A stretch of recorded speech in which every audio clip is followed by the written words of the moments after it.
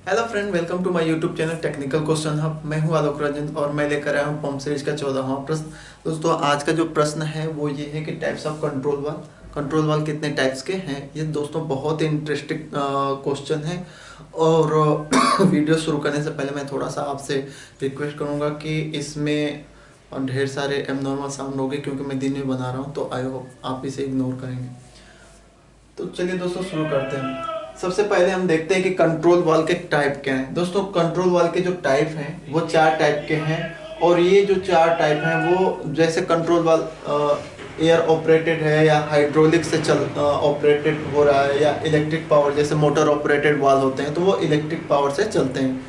तो ये 3 ही बस पावर हैं जिनके ड्राइविंग पावर हैं, जिनसे हमारा कंट्रोल वाल्व खुलता है या बंद होता है। किसी भी कंट्रोल वाल्व में या तो आप इंस्ट्रूमेंट एयर पाओगे उसको खोलने या बंद करने के लिए, या उस कंट्रोल वाल्व को खोलने या बंद करने के लिए हाइड्रोलिक ऑयल यूज किया जाएगा, या उस वाल्व को खोलने या बंद करने के लिए आप इलेक्ट्रिक पावर देखोगे कि वहाँ पे यूज होगा। जैसे एमओवी हुआ, मोटर ऑपरेटेड वाल्व में हमारा मोटर लगा होता है। मोटर किससे चलता है? इलेक्ट्रिक पावर से।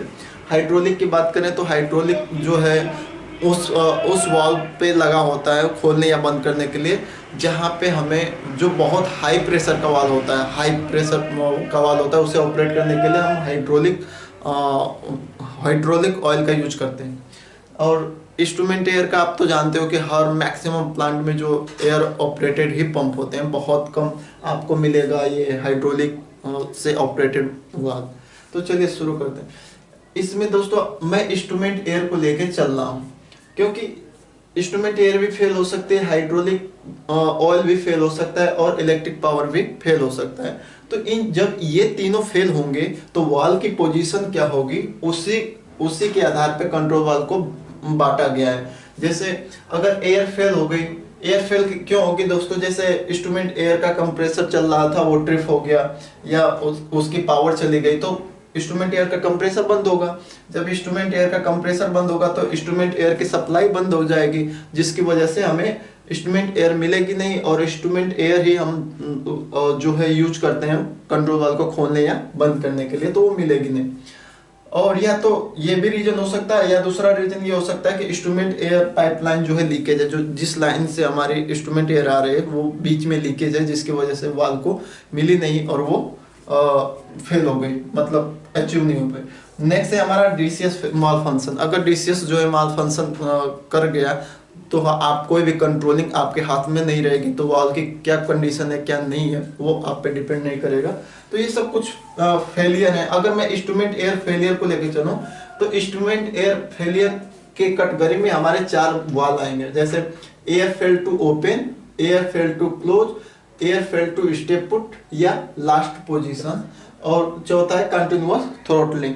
ये एयर फेल टू एयर के फेल होने पे। अगर इसी तरह मैं हाइड्रोलिक की बात करूं, अगर ये वाल्व हाइड्रोलिक से चल रहा होगा तो उससे ये भी कह सकते हैं कि hydraulic fail to open, hydraulic fail to close, hydraulic fail to step put या लास्ट पोजीशन, या हाइड्रोलिक फेल टू कंटिन्यूअस या थ्रोटलिंग। अगर ये वाल्व इलेक्ट्रिक पावर से चल रहा है तो आप उसे ये भी कह सकते हो कि power fail to open, power fail to close, या power fail to step put या लास्ट पोजीशन, या power fail to continuous throttling. दोस्तों, ये जो है इलेक्ट्रिक पावर और हाइड्रोलिक, इनमें जो है ऐसे बहुत कम देखने को मिलता है, लेकिन इंस्ट्रूमेंट एयर में जितने भी अधिकतर वाले हैं वो air fail to open, air fail to close या स्टेप पुट और या थ्रोटलिंग, ये चारों मिलेंगे। अब बात करते हैं कि एयर की क्या रोल है वाल्व को खोलने या बंद करने में। दोस्तों, ये स्टैंडर्ड पैरामीटर है कि अगर 3 psi की एयर सप्लाई दी जाए तो वाल्व की ओपनिंग 0 होगी, कंट्रोल वाल्व की ओपनिंग 0 होगी।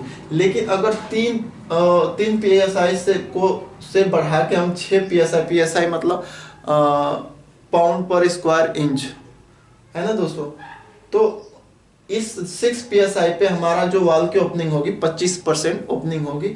9 psi पे वॉल की ओपनिंग जो कंट्रोल वाल्व की 50% होगी, और 12 psi पे जो कंट्रोल वाल्व की ओपनिंग होगी वो 75% होगी, और 15 psi पे हमारा पूरा का पूरा कंट्रोल वाल्व खुल जाता है। यानी कि ये जो इंस्ट्रूमेंट एयर है, इंस्ट्रूमेंट एयर का काम जो है वाल्व को खोलने का है। और कैसे खोलने का है, जैसे दोस्तों देखो, सबसे पहले हम इसका एग्जांपल लेते हैं, air fail to open. Air fail to open control valve क्या होता है उसकी बात करता हूँ दोस्तों। उसके लिए ये डायग्राम आप देखिए, ये हमारा डायफ्राम है, ये यहाँ से हम एयर को इनलेट करा रहे हैं, फेल टू ओपन कंडीशन में मैं बता रहा हूँ दोस्तों। और ये स्प्रिंग लगी है जो इस स्टेम से कनेक्ट है, पूरी स्प्रिंग जैसे दबेगी स्टेम और तो हमारा वाल्व जो है बंद होगा यहाँ तक, और स्प्रिंग जैसे पूरा खुलेगी यानी कि ये ऊपर उठेगी तो हमारा जो है यहाँ पे फुल्ली ओपन हो जाएगा। तो इसमें हम बात करते हैं, यहाँ पे हमने क्या किया, इंस्ट्रूमेंट एयर सप्लाई दी। इंस्ट्रूमेंट एयर सप्लाई जैसे हम दिए तो ये जो है डायफ्राम दबेगा, और डायफ्राम जैसे ही दबेगा तो हमारी ये स्प्रिंग पूरी दबेगी, और जब ये पूरी स्प्रिंग दबेगी तो इसके साथ साथ स्टेम भी पूरा नीचे की तरफ दबेगा, तो ये वाल्व बंद हो जाएगा। और जैसे ही जो एयर की सप्लाई हम हटा दें, यानी कि एयर किसी भी वजह से फेल करा दें, तो उस केस में यहाँ पे एयर मिलेगी नहीं, और डायफ्राम ये इधर नीचे जो चिपका हुआ है ये तुरंत ऊपर उठ जाएगा। ये जो डायफ्राम है, डायफ्राम की पोजीशन इधर यहाँ तक आ जाएगी, और वहां तक ये स्प्रिंग पूरी खुल जाएगी और ये पूरा हट जाएगा, यानी कि हमारा ये वाल्व जो है खुल जाएगा। तो ये है एयर फेल टू ओपन।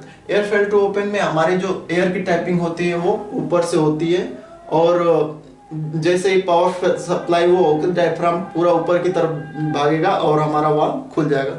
तो एयर फेल टू ओपन आपको समझ में आ गया आई होप दोस्तों। अब एयर फेल टू क्लोज की बात करें तो एयर फेल टू क्लोज में दोस्तों हमारे जो इंस्ट्रूमेंट एयर की जो सप्लाई है वो ऊपर से ना देके हम नीचे से देते हैं, यहाँ से देते हैं। जैसे यहाँ से हम इंस्ट्रूमेंट एयर की सप्लाई दिए तो यहाँ पे क्या हुआ कि ये जो है पूरा डायफ्राम को पूरा दबा के रखेगी। जब दबाएगी दोस्तों इंस्ट्रूमेंट एयर जो है पूरा डायफ्राम को ऊपर की तरफ दबाएगी तो स्प्रिंग भी ऊपर की तरफ उठेगी और वाल्व खुल जाएगा। लेकिन जैसे ही इंस्ट्रूमेंट एयर की सप्लाई आप कट कर दो तो ये जो है यहाँ से ना इंस्ट्रूमेंट एयर ना भेजो तो ये फिर अपने स्थान पे बाय ग्रेविटी बैठ जाएगी। तो इस केस में हमारा जो है air fail to close control valve कहलाएंगे। एयर फेल टू क्लोज जितने भी हैं कंट्रोल वाल्व उनकी टैपिंग हमारे नीचे से दी होगी, क्योंकि ये पूरा प्रेशर से स्टेम को उठाए रखते हैं और जैसे सप्लाई करती है वो तुरंत सिर्फ नीचे स्प्रिंग जो है खुल के नीचे बैठ जाएगी। तो ये हो गया एयर फेल टू ओपन का जो सप्लाई ऊपर से थी, और इंस्ट्रूमेंट एयर फेल जो क्लोज वाले हैं उनकी जो टैपिंग है नीचे से होगी डायफ्राम में। अब तीसरा हमारा आता है air fail to stay put. तो इन air fail to stay put या लास्ट पोजीशन, दोस्तों एयर फेल टू ओपन और लास्ट पोजीशन का मतलब ये हुआ कि जैसे ही इंस्ट्रूमेंट फेल हुई तो वो जिस पोजीशन में है वाल्व वो उसी पोजीशन में रहेगा, नहीं क्लोज होगा नहीं ओपन होगा। तो उसके साथ कैसे मैकेनिज्म होती है दोस्तों, उसके साथ इंस्ट्रूमेंट एयर की दो टैपिंग हम दे देते हैं, यहाँ भी नीचे से भी और ऊपर से भी, और दोनों टैपिंग से ही वो कैलकुलेट करके ओपन होता है या खुलता है, ये उस पर डिपेंड करेगा। और मैं आपको एक चित्र इसका दिखा दूंगा दोस्तों जब मैं इसे अपलोड करूंगा। तो इसमें जो है इंस्ट्रूमेंट एयर की जो टैपिंग है दोनों तरफ से होती है, और ये जैसे ही इंस्ट्रूमेंट एयर फेल हुई तो ये उसी पोजीशन पे इसको रोके रखेंगी। अगर वाल्व 40% खुला है तो ये 40% खोल के रखेंगी। ये वर्क कैसे करते हैं दोस्तों, जैसे आपको वाल्व को जैसे बंद करना है तो आप यहाँ से जो है इसमें दोनों एक साथ तो सप्लाई दोनों में जाती है। तो आप यहाँ से अगर आपको कंट्रोल वाल्व बंद करना है, नीचे दबाना है, तो आप क्या करोगे, इसका दूसरी वाली टैपिंग का प्रेशर बढ़ा के दबा सकते हो, या अगर खोलना है तो उससे कम कर दो तो ये अपने आप उठ के चली जाएगी। यानी कि दो इसमें टैपिंग लगी है और दोनों टैपिंग से ये जो है ऑपरेट होता है, और जैसे इंस्ट्रूमेंट एयर फेल हुई तो ये उसी पोजीशन में रख देगा।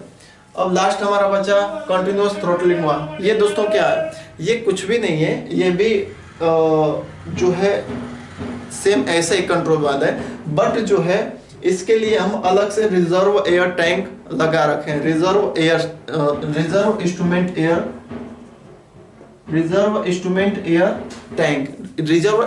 एयर टैंक का मतलब क्या हुआ दोस्तों, कि जैसे हम बाइक में रिजर्व ऑयल रखे रहते हैं, कि जब कभी अगर बाइक हमारी ऑयल उसका खत्म हो जाए तो हम रिजर्व में लेके बाइक को चला सकते हैं। तो उसी तरह इसमें कंटिन्यूअस थ्रोटलिंग में एक रिजर्व एयर टैंक होता है, इंस्ट्रूमेंट एयर टैंक होता है, और जब एयर फेल होती है तो उस ये रिजर्व एयर टैंक के माध्यम से हम उस वाल्व को कंटिन्यूअस थ्रोटल करा देते हैं, और ये कुछ नहीं है, सेम यही है। तो आई होप आपको ये 4 टाइप के कंट्रोल वाल्व समझ में आए होंगे। Air fail to open, air fail to close, air fail to stay put और air fail to continuous throttling. ये चारों को मैं अब अलग अलग से पढ़ाऊंगा कि कब हम air fail to open use करते हैं, कब air fail to close use करते हैं, कब हम air fail to stay put या लास्ट पोजीशनिंग वाला वाल्व यूज करते हैं, और कब हम air fail to continuous throttling use करते हैं। तो आई होप आपको वीडियो अच्छी लगी होगी।